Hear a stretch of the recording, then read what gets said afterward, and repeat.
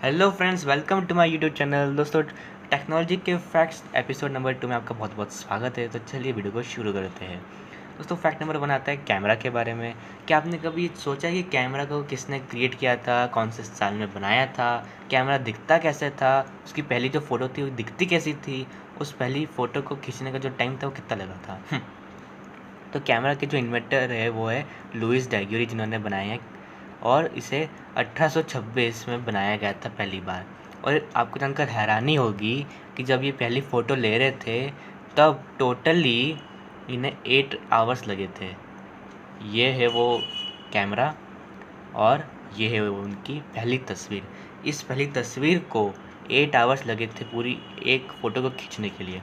फिर जैसे जैसे टाइम आगे बढ़ते गया तो 1839 में कैमरा थोड़ा सा और मॉडर्न होने लग गया, तो वो एक फ़ोटो को 15 मिनट लगाता है खींचने के लिए।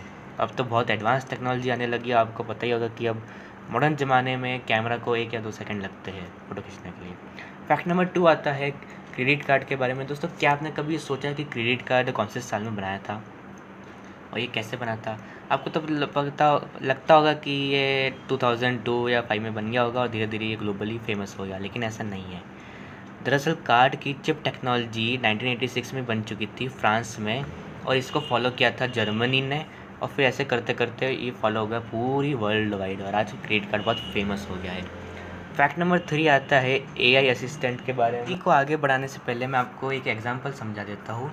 मान लो कि 2018 में मैंने एलेक्सा से पूछा कि एलेक्सा, इंडिया में कितने स्टेट्स होते हैं और कितने यूनियन टेरिटरीज़, तो बताएगा कि इंडिया में 29 स्टेट्स होते हैं और 7 यूनियन टेरिटरीज़।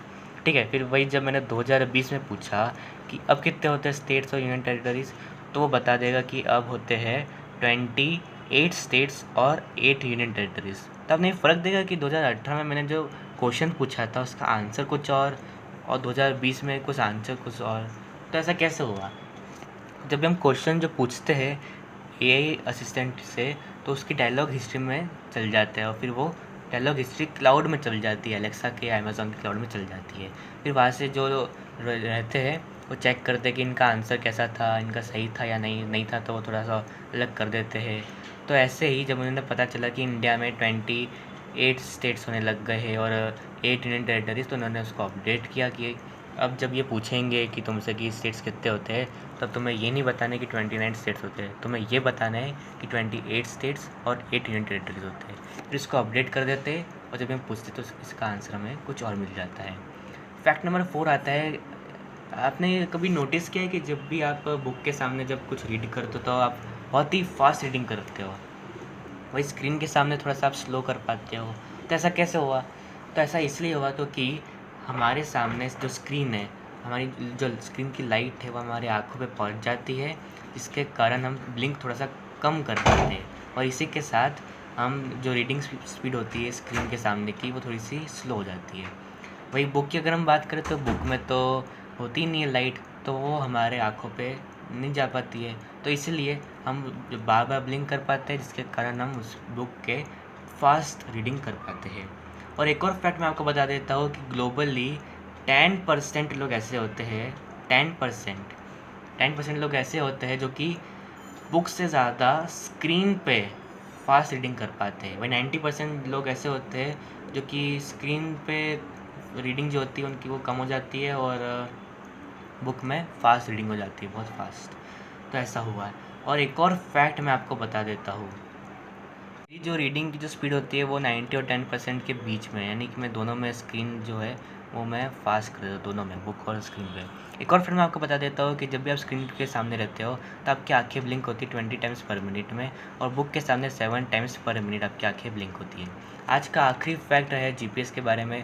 दोस्तों, आपको पता होगा कि जीपीएस, आपको लगता भी होगा कि जीपीएस तो बिल्कुल फ्री है, बस ऐसे बना दिया और यह सब इसको फ्री में यूज़ कर, बल्कि ऐसा नहीं है।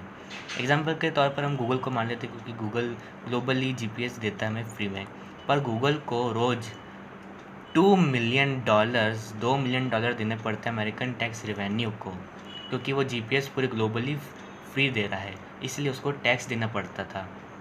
मान लो कि अगर उसके टैक्स नहीं देना पड़े ना, तो पता है गूगल क्या करेगा? गूगल को जब भी हम जीपीएस यूज़ करोगे तो उसको वो बोलेगा कि आपको मेंबरशिप लेनी पड़ेगी, आपको 1 महीने के लिए ऐसा मिलेगा या 1 साल के लिए आप ऐसा ले लो और आपको फ्री जीपीएस मिल जाएगा। फिर गूगल ने ऐसा नहीं सोचा और उसको बदल दिया गया।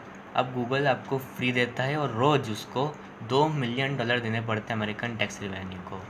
तो आज का था ये फैक्ट। वीडियो पसंद आया तो इस वीडियो को लाइक करेगा, शेयर करेगा और सब्सक्राइब करेगा।